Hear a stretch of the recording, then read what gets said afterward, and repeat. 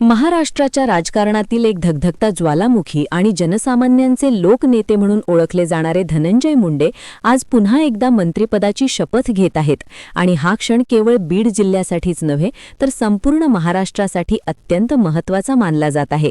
कारण मुंडे साहेबांचा राजकीय प्रवास हा संघर्षातून आणि जिद्दीतून उभा राहिलेला प्रवास आहे, ज्यामध्ये त्यांनी शून्यातून विश्व निर्माण केले आहे। आणि आज जेव्हा ते राजभवनाच्या प्रांगणात पाऊल ठेवतील तेव्हा केवळ एक व्यक्ती म्हणून नव्हे तर लाखो लोकांच्या आशा आकांक्षांचे प्रतीक म्हणून ते तिथे उभे असतील हे आपल्याला विसरून चालणार नाही। कारण त्यांच्या शब्दात जी धार आहे आणि त्यांच्या कामात जी गती आहे ती महाराष्ट्राने गेल्या अनेक वर्षांपासून अनुभवली आहे। आणि आता पुन्हा एकदा त्यांच्याकडे राज्याच्या विकासाची सूत्रे येणार असल्यामुळे प्रशासकीय वर्तुळात देखील एक वेगळीच उत्सुकता पाहायला मिळत आहे। या शपथविधी सोहळ्याच्या निमित्ताने मुंबईतील राजभवन परिसर हा फुलांनी आणि रोषणाईने न्हाऊन निघाला असून सकाळपासूनच राज्याच्या कानाकोपऱ्यातून विशेषतः मराठवाड्यातून आणि बीड जिल्ह्यातून त्यांचे हजारो समर्थक मोठ्या संख्येने मुंबईत दाखल झाले आहेत। आणि प्रत्येकाच्या चेहऱ्यावर एकच आनंद आहे की आपला लाडका नेता आता पुन्हा एकदा लाल दिव्याच्या गाडीत बसून जनतेच्या प्रश्नांची तड लावण्यासाठी सज्ज झाला आहे। धनंजय मुंडे यांचे वक्तृत्व म्हणजे जणू काही शब्दांचा पाऊस असतो आणि जेव्हा ते विधानसभेत उभे राहून बोलायला लागतात तेव्हा समोरचा विरोधक कितीही मोठा असला तरी त्यांच्या तर्कशुद्ध मांडणीसमोर त्याला निरुत्तर व्हावे लागते, हा इतिहास आहे। आणि आता मंत्री म्हणून काम करताना ते आपल्या या कौशल्याचा वापर करून सर्वसामान्य शेतकऱ्यांच्या, कष्टकऱ्यांच्या आणि तरुणांच्या प्रश्नांना न्याय मिळवून देतील याची खात्री प्रत्येकाला वाटत आहे। त्यांच्या राजकीय कारकिर्दीकडे पाहिले तर लक्षात येते की त्यांनी अनेक चढ-उतार पाहिले पण कधीही हार मानली नाही आणि सतत जनतेच्या संपर्कात राहून त्यांनी आपली संघटना मजबूत केली, ज्याचे फळ आज त्यांना मंत्रिपदाच्या रूपाने मिळत आहे। आणि हे मंत्रिपद म्हणजे केवळ एक सत्ता नसून ती एक मोठी जबाबदारी आहे याची जाणीव त्यांना नक्कीच आहे। म्हणूनच ते शपथ घेताना जो निश्चय व्यक्त करतील तो येणाऱ्या काळात महाराष्ट्राच्या विकासाचा नवा अध्याय लिहिणारा ठरेल यात शंका नाही। बीड जिल्ह्यातील परळी वैजनाथ येथून सुरू झालेला हा प्रवास आज राज्याच्या सर्वोच्च सत्ता केंद्रापर्यंत पोहोचला आहे आणि या प्रवासात त्यांनी अनेक मित्र जोडले, अनेक शत्रूंना आपल्या कामाने उत्तर दिले आणि शेवटी हे सिद्ध केले की राजकारणात कामाला आणि लोकांच्या प्रेमाला पर्याय नसतो। म्हणूनच आजचा हा दिवस सुवर्ण अक्षरांनी लिहून ठेवण्यासारखा आहे, कारण एक असा नेता मंत्री होत आहे ज्याला जमिनीवरच्या प्रश्नांची जाण आहे आणि ज्याच्याकडे ते सोडवण्याची धमक देखील आहे। राजभवनातील त्या भव्य व्यासपीठावर जेव्हा राज्यपाल महोदय त्यांना पद आणि गोपनीयतेची शपथ देतील आणि जेव्हा धनंजय मुंडे यांचे नाव पुकारले जाईल तेव्हा आसमंत घोषणांनी दुमदुमून जाईल आणि तो क्षण प्रत्येक कार्यकर्त्यासाठी अभिमानाचा क्षण असेल। कारण हा विजय केवळ धनंजय मुंडे यांचा नाही तर त्यांच्यावर जीवापाड प्रेम करणाऱ्या प्रत्येक त्या सामान्य माणसाचा आहे ज्यांनी मुंडे साहेबांच्या संघर्षात त्यांना साथ दिली आहे।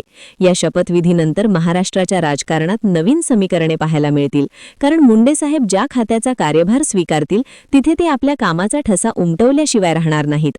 मग ते कृषी खाते असो, सामाजिक न्याय असो वा इतर कोणतेही महत्त्वाचे मंत्रालय असो, कारण त्यांच्या कामाची पद्धत ही अत्यंत पारदर्शक आणि वेगवान आहे, ज्यामुळे सामान्य माणसाला शासकीय योजनांचा लाभ थेट आणि विनाविलंब मिळतो आणि हेच त्यांच्या लोकप्रियतेचे मुख्य कारण आहे।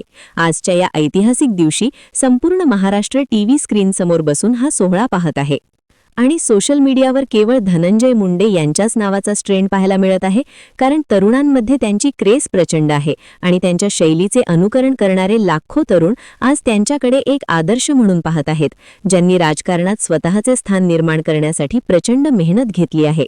धनंजय मुंडे यांचे व्यक्तिमत्व हे सर्वांना सोबत घेऊन चालणारे आहे आणि त्यामुळेच महायुतीमधील सर्वच घटक पक्षांच्या नेत्यांशी त्यांचे सलोख्याचे संबंध आहेत, ज्याचा फायदा राज्याच्या कारभारात समन्वय राखण्यासाठी निश्चितपणे होणार आहे। आणि येणाऱ्या काळात जेव्हा निवडणुकांचे बिगुल वाजेल तेव्हा धनंजय मुंडे हे महायुतीचे एक मुख्य आधारस्तंभ म्हणून समोर येतील, यात कोणाचेही दुमत असणार नाही। शपथविधीच्या या मुहूर्तावर अनेक जुन्या आठवणींना उजाळा मिळत आहे की कशा प्रकारे त्यांनी विरोधी पक्ष नेते म्हणून काम करताना सरकारला धारेवर धरले होते आणि कशा प्रकारे त्यांनी मागील काळात मंत्री म्हणून काम करताना अनेक क्रांतिकारी निर्णय घेतले होते आणि आता तोच अनुभव ते पुन्हा एकदा राज्याच्या सेवेसाठी वापरणार आहेत हे पाहून जनतेमध्ये आनंदाचे भरते आले आहे. त्यांच्या शपथविधीच्या या प्रवासात त्यांच्या कुटुंबाचा आणि विशेषतः त्यांच्या पत्नीचा आणि मुलांचा देखील मोठा पाठिंबा राहिला आहे. कारण सार्वजनिक जीवनात काम करताना अनेकदा कुटुंबाला वेळ देता येत नाही, पण मुंडे साहेबांनी तो समतोल नेहमीच साधला आहे आणि म्हणूनच त्यांचे कुटुंब देखील आज या सोहळ्याचे साक्षीदार होत असताना अत्यंत भावुक आणि आनंदी दिसत आहे. बीड जिल्ह्याच्या राजकारणात तर आज दिवाळी साजरी केली जात आहे, कारण आपला हक्काचा माणूस पुन्हा एकदा सत्तेच्या चाव्या हाती घेत आहे आणि आता जिल्ह्याचे प्रलंबित असलेले रेल्वेचे प्रश्न असोत वा सिंचनाचे प्रकल्प असोत, ते सर्व मार्गी लागतील अशी आशा नागरिकांना वाटत आहे. कारण धनंजय मुंडे यांनी नेहमीच विकासाला प्राधान्य दिले आहे आणि त्यांनी आपल्या मतदारसंघात केलेली कामेही याची साक्ष देतात. जेव्हा ते शपथ घेऊन मंत्रालयाच्या आपल्या दालनात प्रवेश करतील तेव्हा त्यांच्यासमोर अनेक आव्हाने असतील, पण ती आव्हाने पेलण्याची क्षमता त्यांच्याकडे उपजतच आहे. कारण त्यांनी आयुष्यात संकटांना कधीच घाबरून पाठ दाखवली नाही, तर प्रत्येक संकटाचा सामना करून त्यांनी विजय मिळवला आहे आणि म्हणूनच त्यांना महाराष्ट्राच्या राजकारणातील किंग मेकर किंवा पॉवरफुल लीडर म्हटले जाते. आजची ही शपथ केवळ एका मंत्रिपदाची नसून ती महाराष्ट्राच्या प्रगतीची शपथ आहे, ती शेतकऱ्यांच्या हिताची शपथ आहे आणि ती उद्याच्या उज्ज्वल महाराष्ट्राची शपथ आहे असे म्हटल्यास वावगे ठरणार नाही. कारण धनंजय मुंडे यांच्या रूपाने महाराष्ट्राला एक असा ऊर्जावान नेता मिळाला आहे जो अहोरात्र जनतेच्या सेवेसाठी स्वतःला झोकून देतो. त्यांच्या या नवीन प्रवासासाठी संपूर्ण महाराष्ट्रातून शुभेच्छांचा वर्षाव होत आहे आणि प्रत्येक जण आतुरतेने वाट पाहत आहे की शपथविधी पूर्ण झाल्यावर मुंडे साहेब पहिली कोणती घोषणा करतात आणि आपल्या कामाची सुरुवात कोणत्या फाईलवर सही करून करतात. कारण त्यांच्या प्रत्येक निर्णयाचा परिणाम हा थेट सामान्य माणसाच्या जीवनावर होत असतो. राजभवनाच्या बाहेर समर्थकांनी लावलेले मोठे फलक आणि त्यावर भावी मुख्यमंत्री किंवा लोकनेते असे लिहिलेले शब्द कार्यकर्त्यांच्या मनातील भावना व्यक्त करत आहेत आणि हेच प्रेम मुंडे साहेबांना सतत काम करण्याची प्रेरणा देत असते. म्हणूनच आजचा हा दिवस त्यांच्या राजकीय जीवनातील एक अत्यंत महत्त्वाचा मैलाचा दगड ठरला आहे.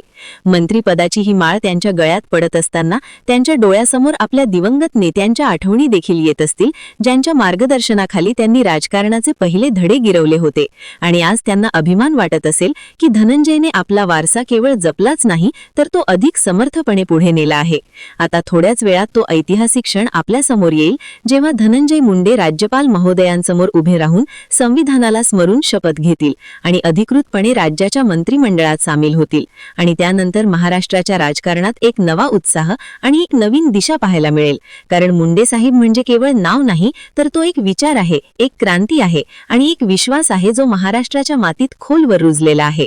कार्यकर्त्यांनी आणलेले पेढे आणि गुलालाची उधळण आतापासूनच सुरू झाली असून जणू काही परळीचे वैभव आज मुंबईत अवतरले आहे असे वाटत आहे आणि या उत्साहाचे रूपांतर आता विकासाच्या कामात व्हावे हीच अपेक्षा प्रत्येक मराठी माणसाची आहे.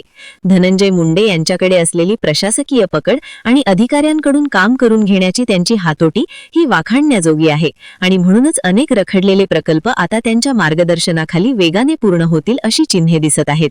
या शपथविधी सोहळ्याचे थेट प्रक्षेपण पाहणाऱ्या प्रत्येक व्यक्तीला हे जाणवत आहे की महाराष्ट्राचे राजकारण आता एका वेगळ्या उंचीवर जात आहे, जिथे कामाला महत्त्व दिले जात आहे आणि धनंजय मुंडे हे त्याचे उत्तम उदाहरण आहेत. कारण त्यांनी नेहमीच लोकांच्या सुखदुःखात धावून जाण्याची भूमिका घेतली आहे. आता त्या क्षणाची प्रतीक्षा संपत आली आहे आणि घोषणांचा आवाज अधिक तीव्र झाला आहे. कारण धनंजय मुंडे व्यासपीठावर पोहोचले असून त्यांच्या प्रत्येक पावलागणिक महाराष्ट्राच्या जनतेचा त्यांच्यावरील विश्वास अधिक दृढ होत चालला आहे आणि हा सोहळा केवळ एक राजकीय प्रक्रिया नसून तो लोकशाहीचा उत्सव आहे, ज्यामध्ये एका लोकप्रतिनिधीला त्याच्या कामाचे फळ म्हणून मंत्रिपदाची गौरवशाली जबाबदारी मिळत आहे आणि हे चित्र येणाऱ्या अनेक पिढ्यांना प्रेरणा देत राहील. शेवटी जेव्हा धनंजय मुंडे हे राजभवनाच्या पायऱ्या उतरून जनसागरात मिसळतील तेव्हा त्यांच्या खांद्यावर केवळ मंत्रिपदाची जबाबदारी नसेल तर महाराष्ट्रातील करोडो जनतेच्या अपेक्षांचे ओझेही असेल आणि हीच त्यांची खरी ताकद ठरेल.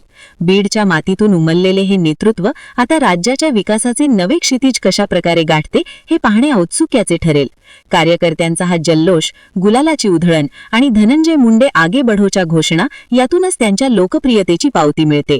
आजच्या या विशेष बातमीपत्रात आणि या ऐतिहासिक संहितेत आपण पाहिले की कशा प्रकारे एका संघर्षातून उभा राहिलेला नेता पुन्हा एकदा सत्तेच्या केंद्रस्थानी विराजमान झाला आहे.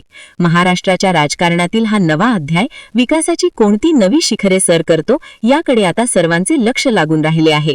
यासह या विशेष सत्राची आपण इथेच सांगता करत आहोत. धन्यवाद आणि पुढील प्रवासासाठी धनंजय मुंडे यांना खूप खूप शुभेच्छा.